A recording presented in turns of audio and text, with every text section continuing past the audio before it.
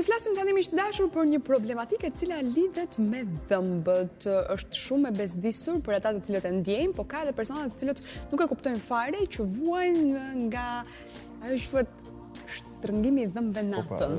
Po nuk e di çfarë problemi sjell. Ky është çfarë problemi ka që ti shtrëngosh dhëmbët natën? Çfarë problemi ka? Unë kam përshtypjen se ti e ndjen në mëngjes që diçka ka ndodhur sepse nuk e di je më kontraktuar gjithsesi. Për më tepër do të na flasim mjeku stomatolog Rasim Vrioni, përshëndetje, mirë se keni ardhur në Ditajina. Kënaqësi. Ka ndonjë problem të vërtet kjo shtrëngimi i dhëmbëve, është ndonjë bezdikje të sjell, domethënë vërtet probleme tek dhëmbët apo thjesht është një mos komoditet në mëngjes kur zgjohesh? Shtrëngimi i dhëmbëve është problemi i cili jep pasojat e dhëmbët. Nuk është se është problemi mirëfillti i dhëmbëve, po janë dhëmbët ata që vojnë pasojat. Ky shtrëngimi i dhëmbëve ose ngrënia e dhëmbëve me njëri tjetrin me terma njihen si bruxism nga anglishtja dhe clenching. E para konsiston në shtrëngimin e dhëmbëve në mënyrë të pavullnetshme. Në shumicën e rasteve njerëzit nuk e dinë që shtrëngojnë dhëmbët natën, thjesht vetëm ngrihen në mëngjes me muskujt i ndjen të lodhur pjesën e faqeve, janë pikërisht ato pjesët këtu të cilat bëjnë shtrëngimin e nofullave. Ndërsa në të dytën kur kanë këtë lëvizjen e nofullave njëra me tjetrën, është kjo lëvizje ndërmjet dhëmbëve, e cila fillon i konsumon dhëmbët dhe në mëngjes ndihen sikur ke kokriza rrërë në gojë. Këto janë dy shqetësimet që mund të jenë, po them më të thjeshta, të shtrëngimit të dhëmbëve dhe të ngrënies dhëmbëve me njëri tjetrin. Është problematike nga këto dyja. Këto dy janë problematike pasi në shumicën e rasteve janë të ndërthurura bashkë pra. Një person që ka bruxizëm shumicën e rasteve bën dhe clenching pra.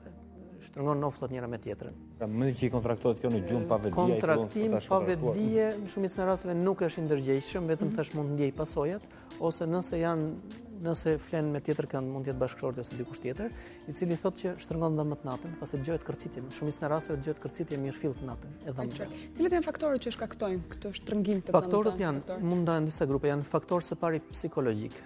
Nëse personi është i stresuar, nëse ka një natyrë nervoze, nëse është student dhe është në periudhë provimesh, pra më tepër faktorë që mund të jenë ditor, mund të jetë karakteri ose natyra e personit, te këta persona është më e përhapur. Tjetër problem mund të jetë mosmbyllja e dhëmbëve mirë. Nëse ka probleme me mbylljen e nofullave, dhëmbët sipër me dhëmbët poshtë, janë raste të cilat kanë nevojë për drejtim të dhëmbëve ose rregullim të kafshimit, edhe tek këta persona si pasojë e këtyre para kontakteve, takimit para kohë të dhëmbëve, fillojnë shqetësimet. Nofullat nuk arrin të mbyllen siç duhet, nuk arrin të vinë në pozicionin e duhur, prandaj fillon ajo hiperaktiviteti, aktivitet më tepër se ç'duhet i muskujve.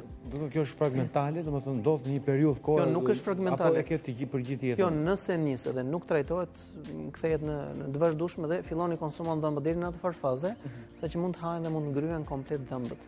Me raste kjo mund mos jetë si pasojë e stresit ose mund të mos jetë si pasojë e këtij mospërputhjes së nofullave të sipërme me të poshtmen, por mund të jetë shkaktar edhe vetë dentisti, pra një punim i bër Gabim në këtë kuptim. Nëse bëhet një ur porcelani ose një këllëf tek, i cili është më lart se ç'duhet, po flasim për të 10-tat, ndoshta edhe të 100-tat e milimetrit, pra janë lartësi shumë të vogla, që duken si të papërfillshme, por shkaktojnë shumë probleme.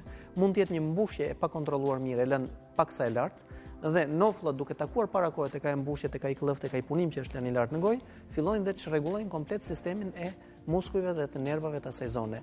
Nis problemi thash me diçka të vogël, që mund të jetë dhëmbi, proteza, ura, mund të jetë problemi psikologjik, mund të jetë problemi mospërputhja e nofullave dhe fillon ndikon dhëmbët, nofullat. Faktor genetik? Nuk ka lidhje me gjenetikën. Ndikon muskujt, fillon dhimbja për hapet, mund të jetë krejt pa lidhje, po merr pjesën e sipërme të veshit, pjesën e pasme të kokës, ka një dhimbje karakteristike kjo që të rëndon dhe të jep dhimbje në pjesën e pasme të kokës. Në shumë raste ngatrohet me dhimbjen nga tensioni ose nga problemet e qafës, të cervikales, dhe fillon pastaj jep lodhje, duket pa lidhje, por është tipike edhe kjo, lodhje në pjesën e qafës edhe të muskujve të shpatullave dhe të shpinës. Ne thamë që ajo mund të shkaktohet ose nga stresi, ose nga probleme të ndryshme, qoftë nga gabime që mund ndodhin. Punimeve të kryer gabim. Për të largohet vetvetiu ashtu siç erdhi, apo duhet ta kurosh për ta larguar? Nëse shkaktari është një punim i bërë, i lënë më i lartë se ç'duhet, mjafton që të rregullohet ai problem dhe nofullat fillojnë mbyllen siç duhet, nuk ka më tentativë të muskujve për të mbyllur gojen. Nëse problemi është mosmbyllja e nofullave siç duhet, atëherë duhet një trajtim i gjatë që mund të jetë një vit deri në një vit e gjysmë, trajtim ortodontik me tela, edhe prap eliminohet. Nëse problemi është si pasojë e stresit, kjo mund të qetësohet në periudha të caktuara si pasojë ilaçeve që merren, pra mund të jepen qetësues, po mund të rikthehet prapë në momentin që personi ka një situatë stresante në jetë, gjatë natës dashje pa dashje do fillojnë dhëmbët të shkarkojnë gjithë këtë tension. Fërkimi i dhëmbëve dhe shtrëngimi i dhëmbëve. Fërkimi dhe shtrëngimi i dhëmbëve. Thash problemet pastaj janë komplekse sepse fillojnë krijojnë probleme të muskulaturës, fillojnë krijojnë probleme të qëndrimit drejt, fillojnë krijojnë dhe probleme mund të shkojë deri në mënyrën e të ecurit. Më së fundit tek ata persona të cilët e kanë shumë të avancuar këtë problem është e këshillueshme të bëjnë një vizitë tek mjeku ortoped, pasi shikohet edhe problemi i shputës së këmbës dhe përgatitjen taban të caktuar sipas morfologjisë së këmbës, të cilët bëjnë që personi të qëndrojë më në rregull, të qëndrojë më mirë, shtylla kurizore të qëndrojë më mirë dhe fillojmë tani atë lirimin nga këmba, muskujt e shpinës të qafës derisa arrijmë që të lehtësojmë dhe spazmën e muskujve të nofullave. Shoqërohet edhe me simptoma të tjera? Bruksizmi doktor, përveç shtrëngimit të dhëmbëve natës? Simptomat e padukshme janë zhurma që e dëgjojnë të tjerët, 1. Simptomat e padukshme është dhimbja. Simptom tjetër, po them e padukshme që ndihet është dhimbja në momentin që hap dhe mbyll nofullat. Vështirësi për të hapur gojën maksimalisht. Nuk kafshon dot një mollë ose diçka të fortë, ke vështirë të hapësh gojën, ke vështirë të kafshosh, ke vështirë të mbyllësh nofullat me forcë, ose kufizohet hapësira, nëse në kushte normale, gjithë secili mund të bëjë një provë në shtëpi, hapja e gojës duhet të jetë sa 3 gishta, 3 deri në 4 gishta është hapja maksimale e gojës. Në momentin që personi hap vetëm sa mund të hyjnë 2 gishta në gojë, kjo tregon që ka probleme. Pra fillon prishet artikulacioni, i cili është pikërisht para veshit dhe jep probleme të kësaj natyre. Mund të fillojë dhimbje në vesh. Nuk ka shoto 3 gishta. 3 gishta është hapësira normale. Ka kufizime. Duhet bëni konsult, një vizitë. Fillojnë pastaj gumzhimet në vesh. Personi mund të bëjë vizitë për veshin, ndërkohë që nuk është lidhja, sepse veshi dhe pikërisht para veshit është artikulacioni ku hapen dhe mbyllen nofullat. Keq funksionimi, stresi tek muskujt, pra fillon çdo gjë komplet prishet mekanizmi. Është njësoj si Ku konsiston vizita me stomatologun? Vizita që bëhet te stomatologu. Nëse ka analiza për të zbuluar sëmundje të ndryshme, nuk besoj se ky është rasti. Nuk ka analiza, këtu bëhet një vizitë, shikohet duke prekur këto zonat, pasi kjo mund shoqërohet edhe me kërcitje. Hapja dhe mbyllja shoqërohet me kërcitje tek artikulacioni. Shikohet hapja dhe mbyllja e gojës, nëse ka apo nuk ka devijim ndërmjet nofullave, mund bëhet një grafi specifike për pjesën e artikulacioneve të cilët gjenden para veshit për të parë pozicionin si gjendet kur hapet dhe kur mbyllet goja, nëse ka apo jo dëmtime.